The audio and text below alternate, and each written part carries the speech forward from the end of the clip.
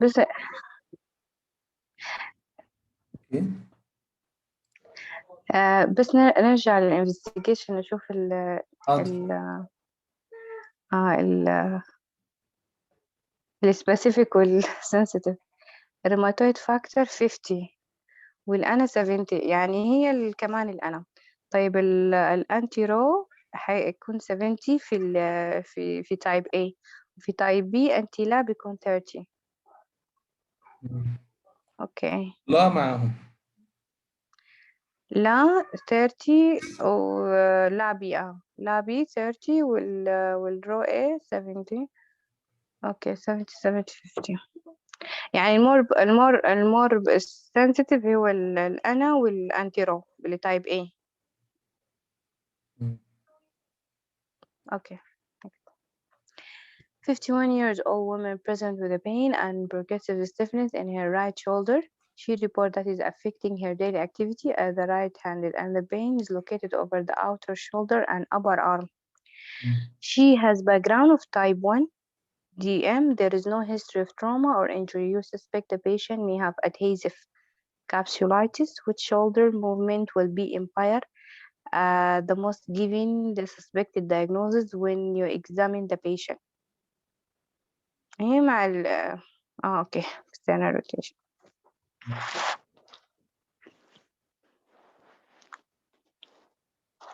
وعدى علينا سؤال امبارح، كانت واحدة فيميل وكانت عندها صعوبة في إن هي تلبس البرا، فهي مع الإكسل عشان نحفظها، ودايما مع دايبيتك بيشنت أدهيسيف.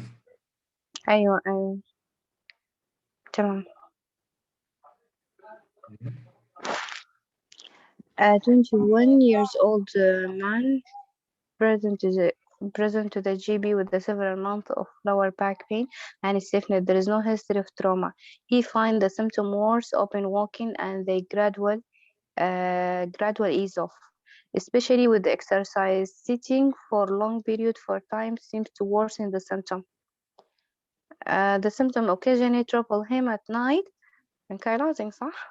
which he is getting up and mobilized to sit up in again. طيب عايزة الفيتشر in X-ray. البامبو فيها. طيب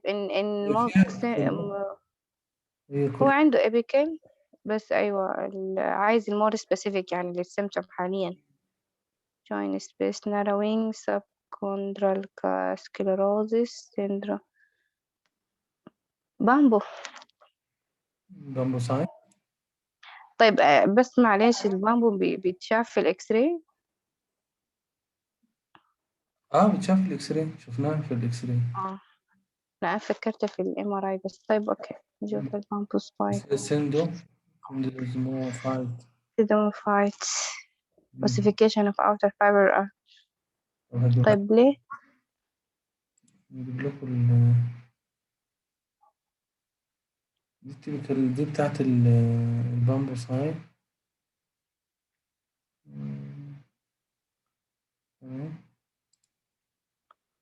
ودي بتاعت الايه؟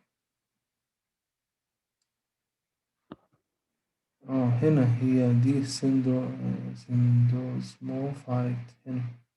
سيندوموفايت. هي اللي دي؟ لا هو سندوزموفايت ولا ايه؟ ايوه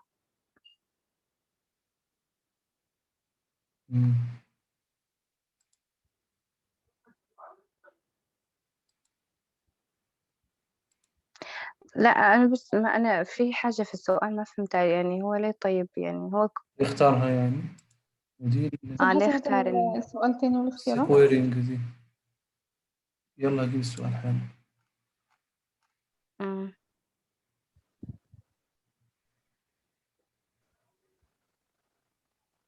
لا هات الاختيارات. هو خلاص انكيلوزنج. ايه بقى في الاختيارات اللي فيها جوينت سبيس ناروينج؟ هو البامبو ده المفروض لقيته انكومن. البامبو ساين ده هو غالبا مش هيعمل الألم زي الزوائد العظمية، يعني الزوائد العظمية تعمل ألم أكتر من البامبو. البامبو ده يأثر على الشكل بس. يعني الفكرة انه بس الموس كمان. في subcondylar erosion طبعا، بس هو بيقول that is the most common finding في السؤال. أيوة most common finding. أكيد لأن هو بس جايب كذا حاجة ضد بعضها يعني. هو مديك سكروليايتس ماشي، انما البامبو ده ليت uncommon والسيدمو فايت ده بيقول لك ده common and يعني is most common مش هتيجي بالإكس راي، كلهم هيجوا بالإكس راي هنا، كلهم تحت الإكس راي يعني.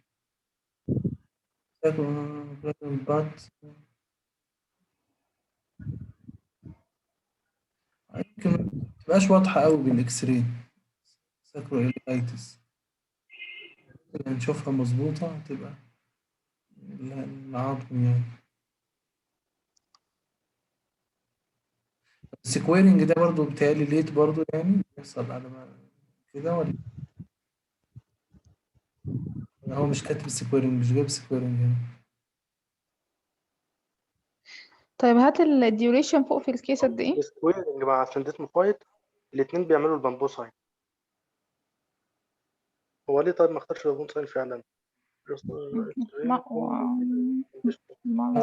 ليت انكومن موست كومن موست، يعني السؤال هو كامل كان عشان الموست كومن، يعني البامبو ساين زي ما حكت الدكتورة يعني وبعدين يعني مرحلة متأخرة، هو له أشهر بس. الموست كومن شكله السندسموفايت. الموست كومن ساكروإيلايتس. احنا لو جينا للموست كومن أول حاجة بتظهر هي ساكروإيلايتس. بس خلي بالك يمكن يعني هو الآن بناء على هذا السؤال معناته إنه أكثر من الساكروإيلايتس السندسموفايت بناء على هذا السؤال. هي اصلا سندسموفايت هي اللي بتعمل الديزيز اصلا، ما هو الكالسيفيكيشن ده هو اللي بيعمل التيبس اللي في العضلات اللي في البتاع ده اللي في الفرتبرال كولم يعني. فهي مهمه جدا، بس هي البامبو ساين عباره عن السندسموفايت مع السكويرنج الفيرتبرال يعني، مش دي واحده لوحدها ودي واحده لوحدها. ما هي البامبو ساين عباره مربعه، والبتاع اللي هي العقده بتاع القصب دي او بتاع الخيرزان، عقده الخيرزان اللي بين كل عقله والثانيه مش عارف يعني. هي ديت هي دي السندسموفايت، حته الكالسيفيكيشن اللي بتبقى دايما مقدور كده يعني. اشوفها حسن واضحه جدا يعني. الرينج دي الرينج اللي بين الفرتبرال.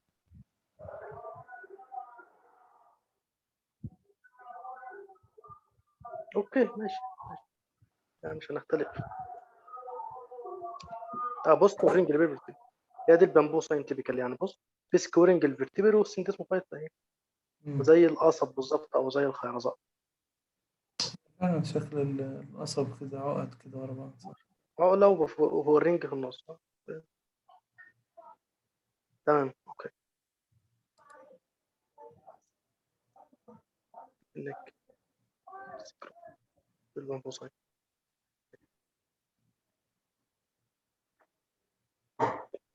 تحس ان الفرتبرال كون وصل لحد التب اوف ذا سكال صح. يلا طيب سؤال رخم بصراحة السؤال ده، عشان هو إيه بيسألك أنهي اللي هتظهر. هو بس لا، ما هي الفكرة في الحالة ان هو بقى له مصر يعني شهور عنده الديزيز وعمل له افكشن على اللاترال فيكشن، فانت من ضمن الثلاثة الاختيارات سبكوندرال ايروجن مش هتعمل لنا الليميتيشن الفظيع ده. البامبو ساين ده ليت فمش معانا، فهو فاضل لك السيدموفايت. طيب اوكي. Type presence of the anti-CCB antibody is suggested for which of the following condition? Rheumatoid.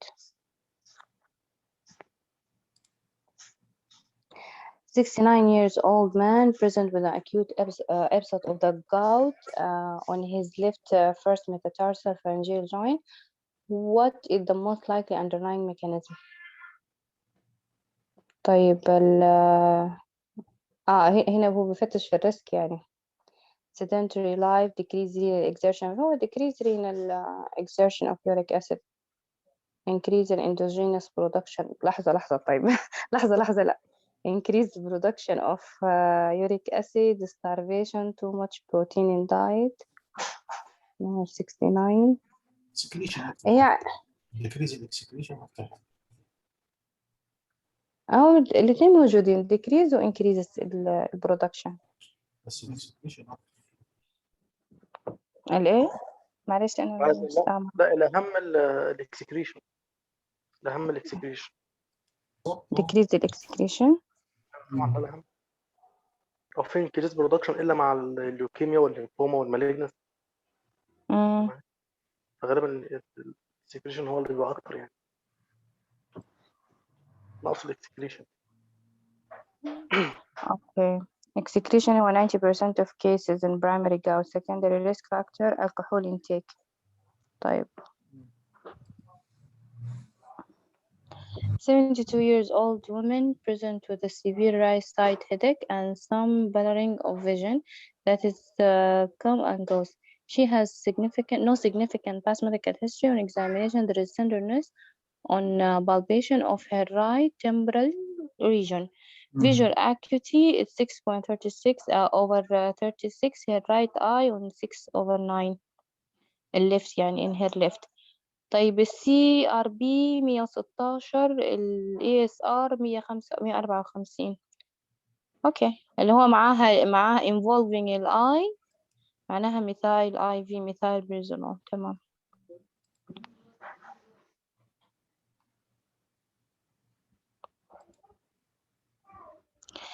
Reactive arthritis is associated with which one of the following HALA antigen?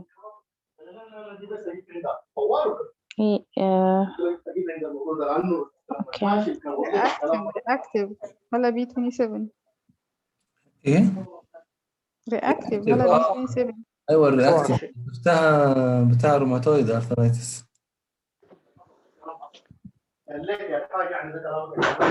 تمام. بتاع الاي 3 بتاع الهيموكروماتوزس، الاي اي 3 صح؟ بتاع ايه اشرف بتقول؟ الاي اي 3 اللي كان موجود ده بتاع الهيموكروماتوزس. بتاع الهيمو. انزل اتاكد لي منها بالله عليك. عدت عليه. هيموكروماتوزس. ايوه تمام. هيموكروماتوزس. ماشي تمام. هيموكروماتوزس والخمسه بتاعت البهست والدي ار. دي ام. لا الدي ار 3 بتاع الديرماتيتس سيربوتيفورم كورونز تقريبا. هما 3 حاجات، دي ار 3 بتاعت البرايمري بيلياري سيروزز وبتاع. ايوه صح ايوه. والديرماتيتس سيرباتيفورم، الديرماتيتس سيرباتيفورم والسكلوروزنج. صح ايوه. في واحده كمان ديرماتيتس سيرباتيفورم والبرايمري سيروزز. في واحده كمان سكلروزنج. لا كوليستيروزنج تهيألي برضه. سكلروزنج يا دكتور حسن، احنا قلنا 2 في البيلاري وواحده في السكين. 2 في البيلاري قلنا، البرايمري سكلوروزنج، برونجيتس، ايوه، والهرباتي فورم، وايه تاني؟ 3 فعلا. سيليا غالبا. الديرماتيتس سيرباتيفورم وبرايمري سيروزز والسيلياك. حد يشوف الاونلاين. ابحث عنها، انت عندك اوبشن البحث يا حسن. اكتب هلا بس HLA بس كده لازم بيجي واحد منهم في الامتحان. هي دي. فين انزلت كمان الماتريتس وجوجرين. صح جوجرين مش مع البرايمري بيلير سيروزس بيبقى اسوشيشن 20%. صح.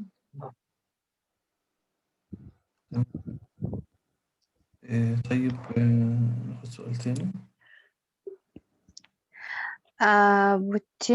Potential complication of the Paget's disease include each of the following except deafness معاها, cerebral calcification معاها, skull thickening,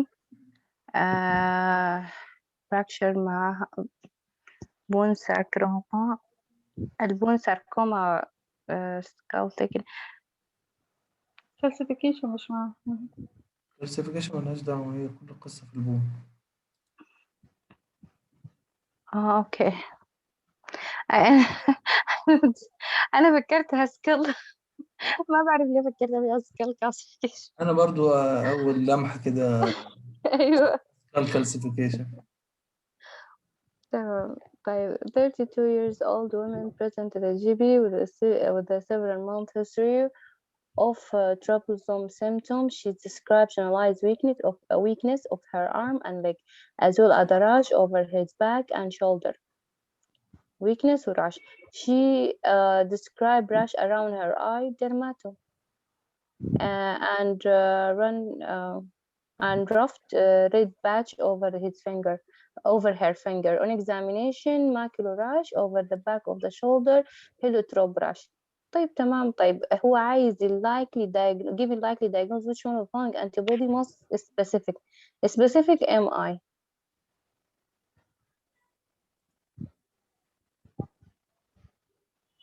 تمام. 28 years old man investigated for recurrent lower back pain. Diagnosis of ankylosing spondylitis is suspected. Which one of the following investigation is most useful? Sacro. أيوة الإكس-راي for sacroiliitis. Okay. 64 years old man with chronic kidney disease, stage 3, type 2, DM type 2, present with the pain and swelling at the right first metatarsophryngea joint. On examination, the joint hot, erythematous, and tender to touch. Although he can still flex the back to which one of the most appropriate initial management. طيب هي الحالة gout تقريبا لا سوري لحظة. ايه جاوت صح؟ ايوه جاوت جاوت وكدني كولشيسين. ايوه ماشي كولشيسين. هو 4 مرات في اليوم، بتقل للنص لما يكون الكريات تحت الGFR تحت 50. بياخد 2 تابلتس. أو افويد لما الكريات يكون لما الGFR يكون تحت 10. دي مهمة. تحت 50 نخليها تحت 50 اسم الدوز النص. اسم الدوز النص ماشي. ياخد 2 تابلتس بس. تحت 10 افويد. يعني الستيج 5 3 ده لسه. 34 years old. Okay. 34 years old woman present with a redness around both ear. On questioning, she reported joint pain. She was recently diagnosed with an upper respiratory tract infection and an episode of the episcleritis. On examination, she has a saddle nose deformity and marked erythema around both pinna. Sparing of the air loop, hearing is reduced bilateral. طيب البلود تيست الهيموجلوبين اوكي، البليتلت تمام، التوتال تمام، الCRP 14، الروماتويد فاكتور نيجاتيف اللي هو IgM، السي أنكا نيجاتيف. What is the most likely diagnosis? السي أنكا نيجاتيف. اوكي يا ده معانا ده نقرأه. تمام. طيب okay, this is a typical presentation for relapsing polychondritis, multi-system disorder with recurrent affected cartilage throughout the body, most commonly around the pinna in the ear, but also the nose and the other joint. Ocular and respiratory tract involvement can occur in this condition. It can sometimes be associated with the autoimmune disease زي ال SLE والsystemic vasculitis. طيب الأوتايتس اكستريم هو ده السؤال صح؟ الأوتايتس اكستريم حسن خلينا في معلش. المهم اوكي ما في مشكلة. الكيفات طيب relapsing multi system احنا قلنا وهو affected الاير وهو can affect the other part of the body، ممكن مع النوز والجوينت. طيب الفيتشر الإير بيحصل فيه auricular chondritis hearing loss وvertigo. تمام. في النيزل اللي هو هيحصل النيزل chondritis اللي هو saddle nose deformity. saddle nose deformity بتجمع أغلبية الconnective tissues بالمناسبة يعني. respiratory tract ما بيكون فيه hoarseness وaphonia والwheezing وinspiratory stridor. ocular episcleritis, scleritis, iritis, and keratoconjunctivitis theca. الجوين معه ارتينيجيا ليس كمان يعني أي كارتلج بياخد فيتشر يعني على حسب الفانكشن. ليس كمان ده من أسباب البتاعة دي هذا الشيب دي نوز الريلابسيك هولوكوندرايت. صح؟ هي بتجي دائما. أيوة أنا نعم. اللي بيعمل سادل شيب دي نوز دي تاني غير الريلابسيك؟ لا في الفينجر بيعمل ايوه بيعمل. ولحظه اغلبيه الكونكتيف تيشو والليبروسي والليبرسي. ايوه الليبرسي بالضبط. الليبرسي هولوكوندرايتس والفاجنا والسيفلس والليبروسي. اوكي.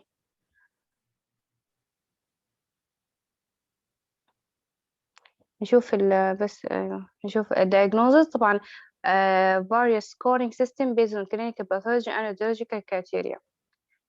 طيب التريتمنت هو induced remission بياخد steroid to induce remission، والمينتنس بيكون بالازاثيوبين والميزوتروكسيد والسايكلوسبين والسايكلوفوسفاميد. اوكي. Each one of the following is seen in reactive arthritis except طيب urethritis موجودة، كيراتوديرما بيلونيرجيكا موجودة صح؟ كونجكتيفايتس موجودة، aseptic meningitis meningoencephalitis دي أعتقد لا دي مع أيوة كوكل. أيوة دي مع الجينوكوكل.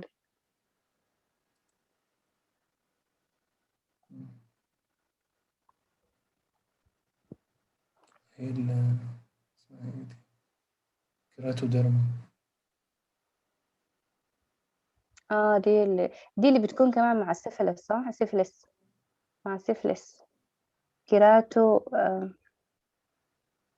كيراتوديرما بيلوريجيكا بتكون في secondary syphilis.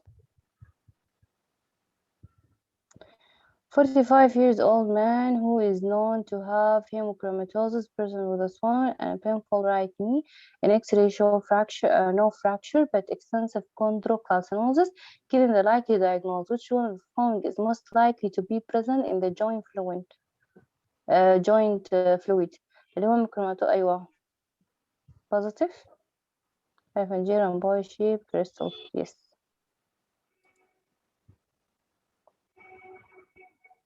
Next. 80 عايز pathological process with the child syndrome causing these child symptoms. Okay. هو 8 years boy present to the GP by his father. Father report that he is noticed the child wrist have become swollen over the past few months. No history of trauma and the boy no other past medical history examination. The child underweight, malnourished, alert and otherwise systemically well. Bony swelling are noted in the both wrist. bilirubin اوكي، alkaline high، كل الباقي نورمال. يعني الاكس راي طيب cupping and frying of the metaphyseal region. الباثولوجي طيب أي واحدة منهم الباثوفيسيولوجي اللي هو إحنا excessive activity of report activity activator of nuclear factor kappa B ligand rankle, excessive mineralized steroid, excessive non-mineralized steroid, excessive osteoclast activity, inadequate osteoclast activity. هي excessive actually طالما إنه في في swelling معناها في projection في بون ريكت يا جماعة بون. ريكت. non-mineralized osteoid. excess non-mineralized osteoid. ايه تختاروا ايه بقى؟ أيوة التالتة. هي دي صح؟ non-mineralized. مش ملاحظ كويس. vitamin D deficiency في child. ريكت rosary يا beet جماعة. أيوة ماشي rosary beet widening of the wrist joint. هو vitamin D deficiency بس for children. هو مسؤول عن mineralization مش ماليش في الصغيرين. ايه؟ هي نفسها ايوه مسؤول عن mineralization مش الكونتنسيتي.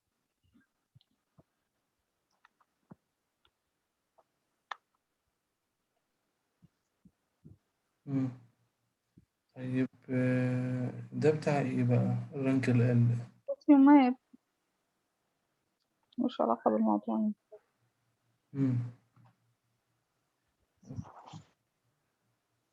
بصوا على الفيتشرز بتاعت الريجت، الروزري والكيفسكلوزز التانية اسمها ايه؟ بتاعت الصدر راحت فين؟ الرينوتيبس دي هارزون ساركس. ماشي، هارزون ساركس دي اللي في الشيست صح؟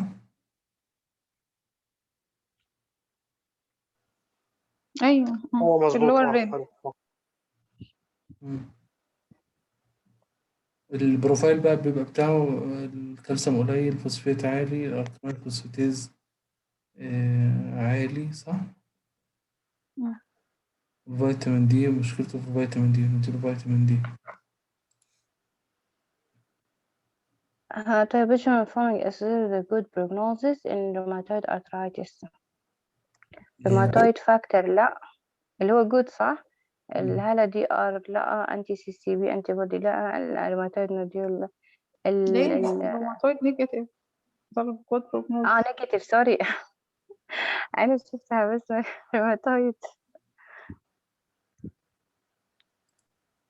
طيب ناخد سؤال تاني.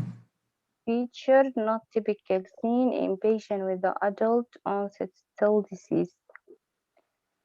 طيب ال not typical seen مع روماتويد فاكتور. سيرو نيجاتيف.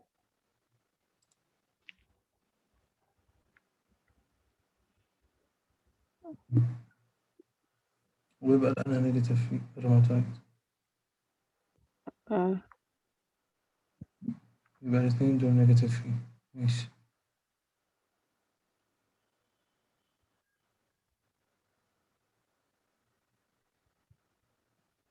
دول نيجاتيف في ليمفودينوباثي، بايركسيا اللي هو قلنا سلمون بينك، ماكل بابل راش على الجوينت، أرثرالجيا، elevated ferritin.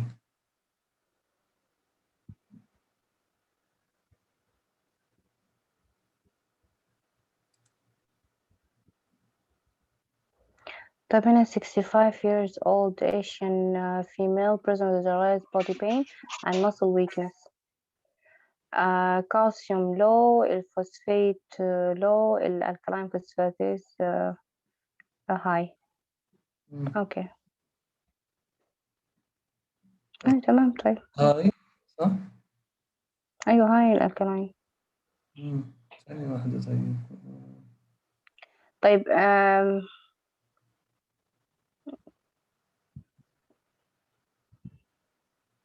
مش ايوه الكالسيوم لو، الفوسفيت لو. ماشي فيتامين دي ديفيشنسي بس معلش. بقول مش باجت. لا الباجت بيبقى فيه ايه؟ بيبقى نورمال والالكالين فوسفاتيز عالي والبي تي اتش عالي، بس الكالسيوم فوسفورس نورمال. بس دول يعني يعتبروا ماشي خلاص ماشي. لا قليلين. تعرف انا قلت اوستوماليشيا برضو مع الايشيان فيميل. الايشيان فيميل دي على طول اوستوماليشيا. ايشيا. اوستوماليشيا في ايشيا برضو. بس بتحب النيمونيكس بالظبط كده. اوكي طيب next. 57 years old female noticed that the skin on her hand had become very tight. Scleroderma. طيب most associated symptom associate antibody. اللي هو diffuse. لا ما عندي سفيجي، يبقى خلاص الكريست انتي سنترومير. اوكي. بيبقى معاه الكريست بيبقى معاه بتاع اسوفجس برضه.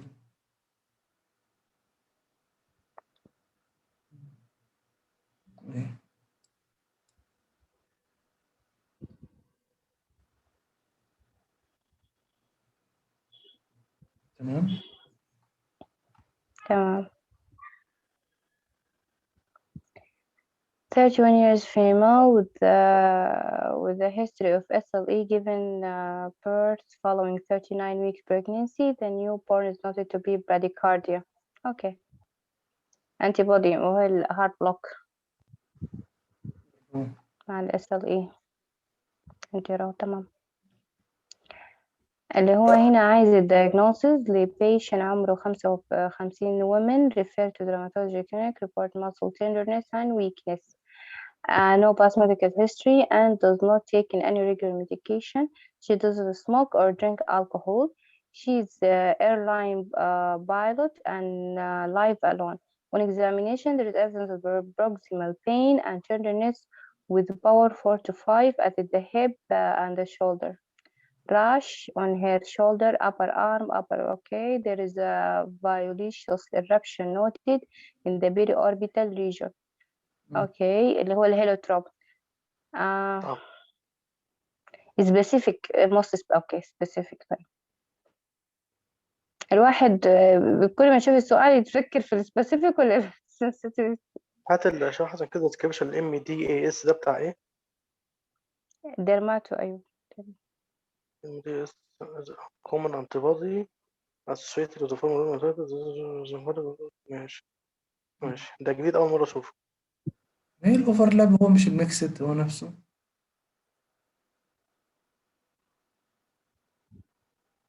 لا دي حاجة ودي حاجة. يبقى ده بوليمايوسايتس مع سكليروديرما مع بعض. ميكسد كونكتيف تيشو ده لوبس معاها جوجرين أو في حاجة في التالت ده بيقلب ده الميكس. سيستميك سكليروزس وجوجرين تمام. وفي كمان في حاجة واحد منهم بيقلب بس لازم لوبس، إنما ده اتنين بيقول لك ده بوليمايوسايتس مع سكليروديرما. اوفرلاب سندروم بينهم غير الميكسد كونكتيف تيشو. روماتولوجي اوفرلاب سندروم كله على بعض. Review 48 old women who's taken methotrexate for rheumatoid arthritis, concurrent prescription of which of the other medication should be avoided. يعني مع الميزو مع ميثوتريكسيت وتراميثوبرين.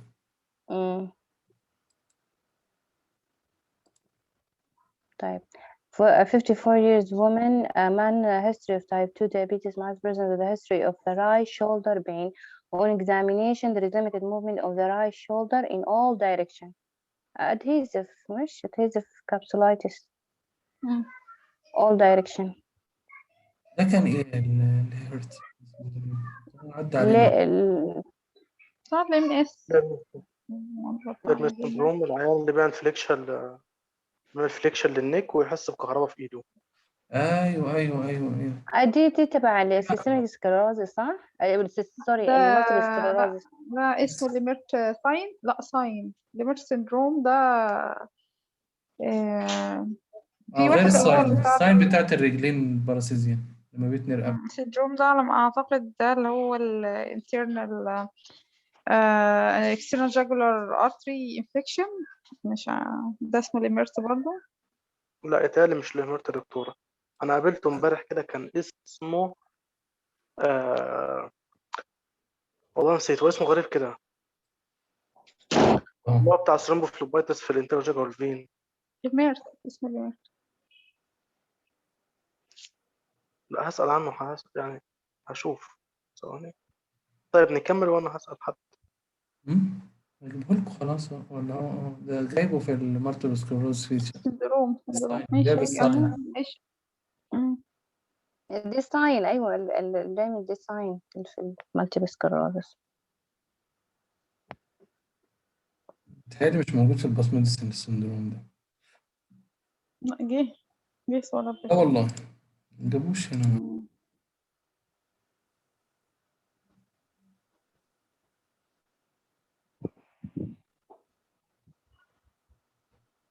ثواني أنا كاتبها غلط.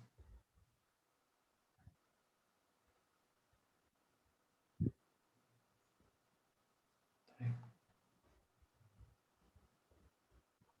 عدوا الموضوع ده. أنا هجيب اسم الديزول. ماشي أشرف. طيب 36-year-old female present to her second unprovoked pulmonary embolus 3 months after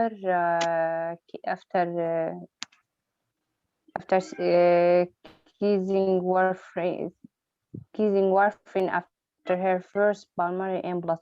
She has a serial of the test done to evaluate the presence of the thrombophilia, particularly antiphospholipid anti-syndrome. What is the greatest predicator of future thrombosis in patients with antiphospholipid syndrome? طيب بس أنت هو الكارديوليبيدين صح؟ اسمه ليميرز، هكتبه اسمه ايه؟ ليميرز. دمير. ليمير.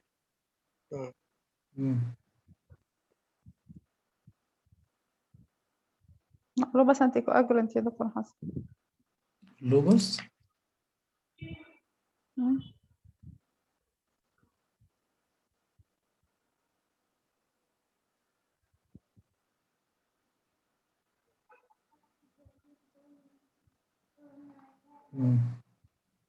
واقفين هنا في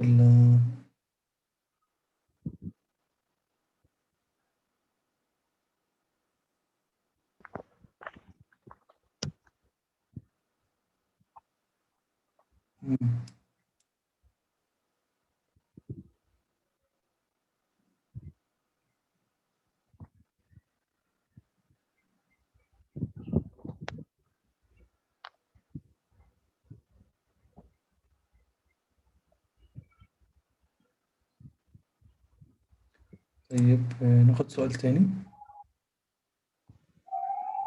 طيب 31 years old man present to the ER with a painful red eye associated with the blurring of his vision.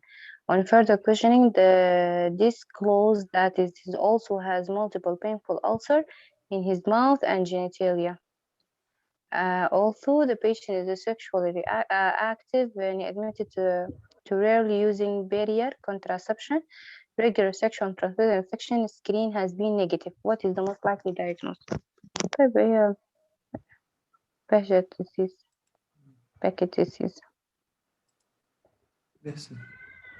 بيسس بيبقى في النانسكس اكتف عموما يعني in general.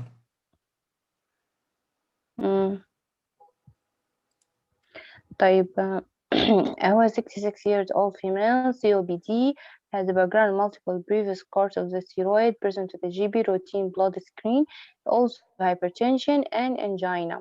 البلود result اللي هو عنده فيتامين دي 16 which is low والadjusted calcium 2.3 normal. طيب هو her dietary intake of calcium is good, which is answer is most appropriate in view of her past medical history and vitamin D level. Which answer? طيب اللي هي هتاخد calcium and vitamin D. احنا قلنا الكالسيوم انه normal no need to give calcium صح؟ مش شرط الكالسيوم هو بياخده كويس في الانتاج مش لازم. طيب هل توري اول اتنين طاروا كده لودنج ومينتنس. اخر واحدة oral vitamin D loading and maintenance. ايوه اوكي.